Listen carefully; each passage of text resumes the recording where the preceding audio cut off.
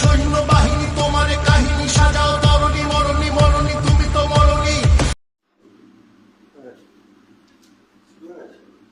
আমি অজন্তা সরকার। আমি সোশ্যালিজমে বিশ্বাস করি। সোশ্যালিজম অর্থাৎ সমাজবাদী বিশ্বাসী।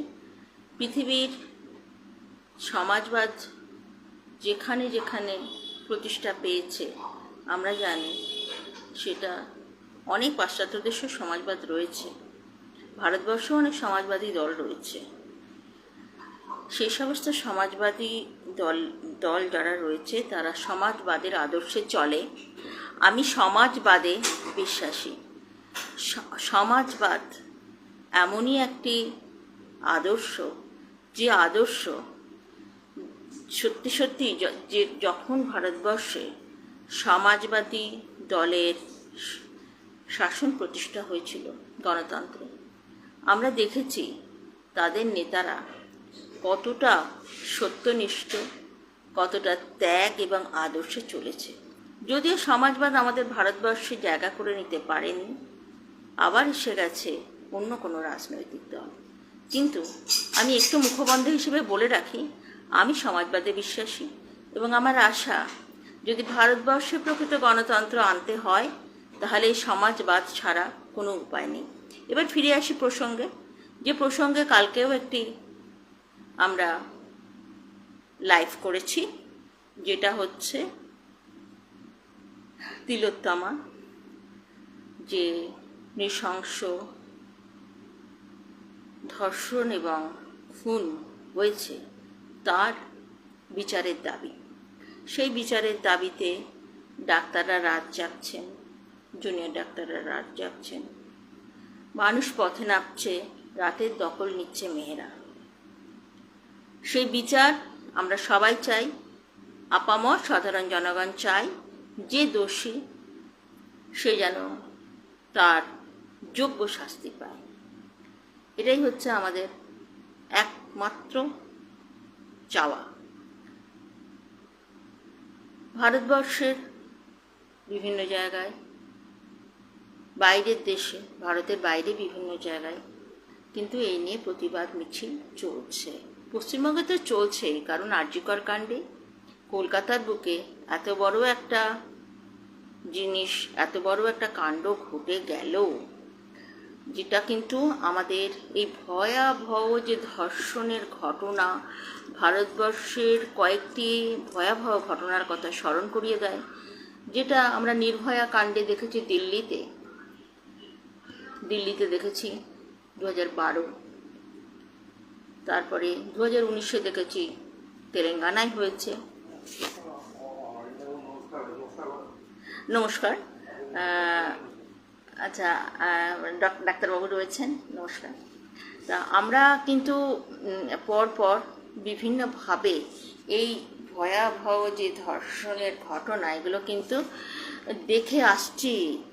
কিন্তু নির্ভয়া কাণ্ডে আমরা দেখি 2012 সালে দিল্লিতে যে বাস থেকে নামিয়ে যে একটা ভয়াবহ, বাসের মধ্যে যে নির্ভয়ার ওপর ধর্ষণ এবং তাকে পুড়িয়ে দেওয়া হয়েছিল, তা সেই যে ঘটনায় যারা দোষী তার জন্য তার বাবা মা প্রায় 7 বছর কিন্তু কোর্টে লড়াই করেছিল।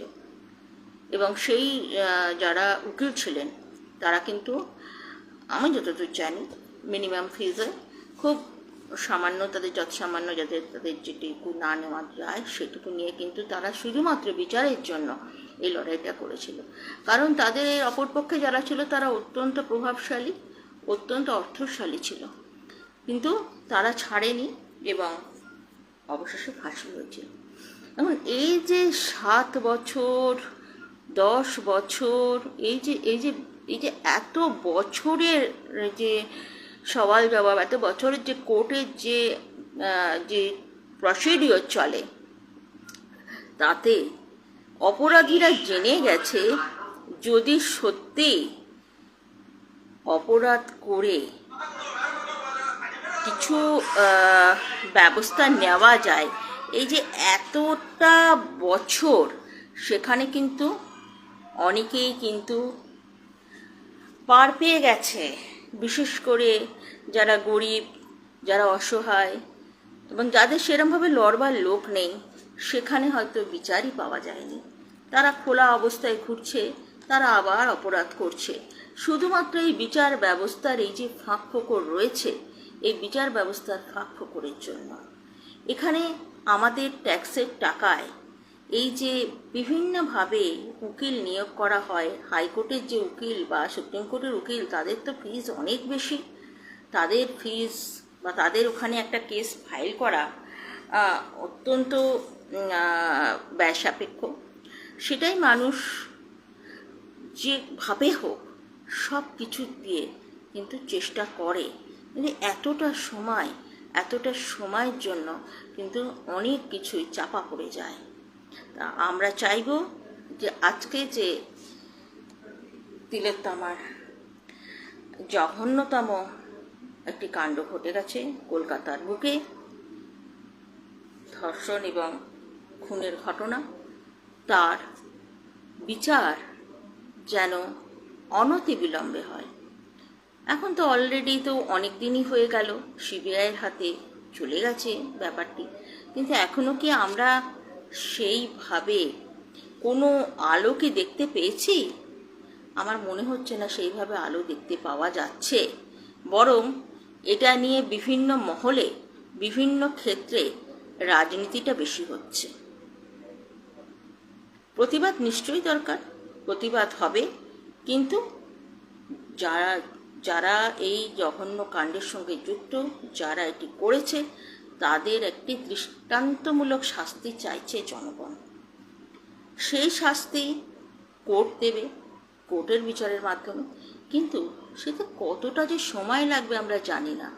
আমাদের এই কোর্টে, হাইকোর্ট বা সুপ্রিম কোর্ট যেখানেই বলুন না কেন, সেখানে এত মামলা, ঢের মামলা পড়ে আছে, সে কবে যে কার শুনানি হয় কোনো ঠিক নেই।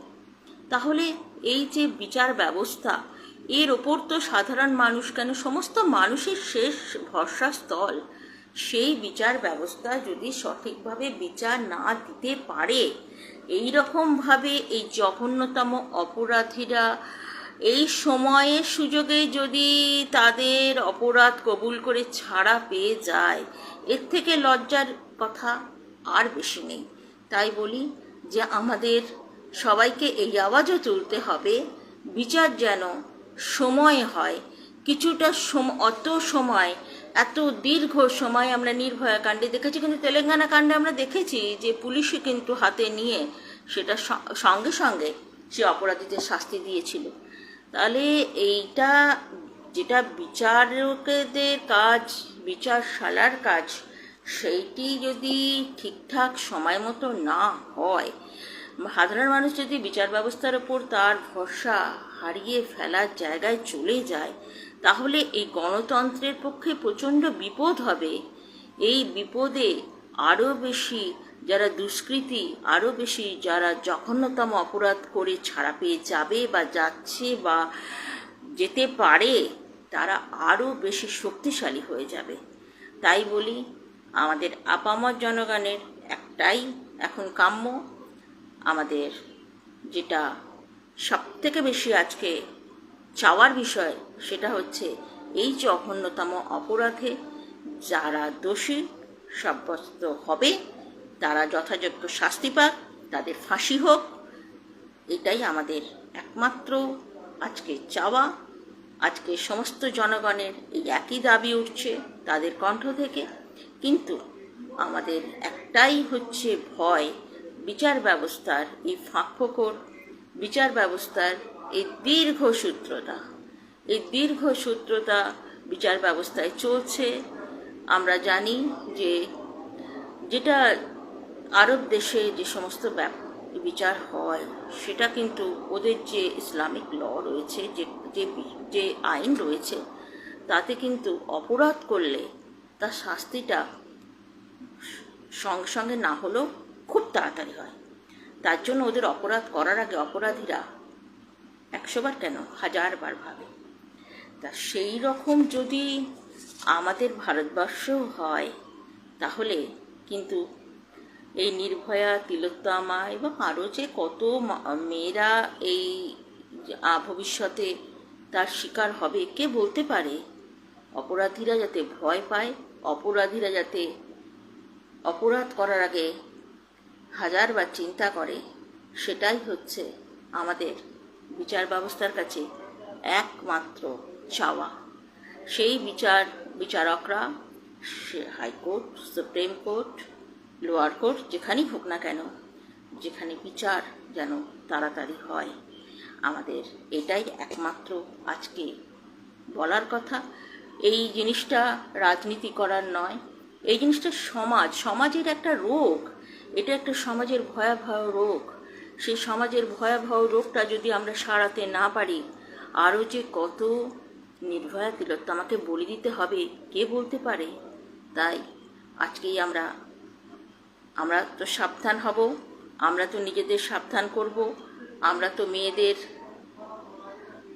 যাতে তারা নিজেদের রক্ষা করতে পারে করব, কিন্তু যারা এই জঘন্যতম অপরাধ করে তারা কিন্তু অনেক অনেক বেশি সচেতন, অনেক ভেবে চিন্তে, অনেক পরিকল্পনা করে কাজটা করে। সুতরাং আমাদের আজকের দিনের যে একমাত্র জনগণের আপামর জনতা, তার মধ্যে আমিও রয়েছি, সবাই রয়েছে, সারা বাংলা, সারা ভারতবর্ষ, সারা বিশ্বও এখন বলতে পারি যে খবরটি দাবানলের মতো ছড়িয়ে পড়েছে, যে খবরের প্রতিবাদে সবাই রাস্তায় নেমেছে, তার একটি, যদি যারা দোষী যথাযোগ্য শাস্তি পায়, সময়ে শাস্তি পায়, তাহলে কিন্তু এটির একটি মানুষের একটা আশা জাগবে বিচার ব্যবস্থার ওপর। যারা এই বিচার ব্যবস্থায় রয়েছে, এদের সমস্ত সবাইকার ওপরই একটি আশা জাগবে। নাহলে এই যে ফাঁকফোকর, এই যে এত সময় ব্যয় হয়ে যাবে, তাতে অনেক কিছু হতে পারে। তাই আজকের দিনে আমি এইটুকু বলে আমার ক্ষুদ্র বক্তব্য শেষ করলাম। জয় হিন্দ, বন্দে মাতরম, নমস্কার।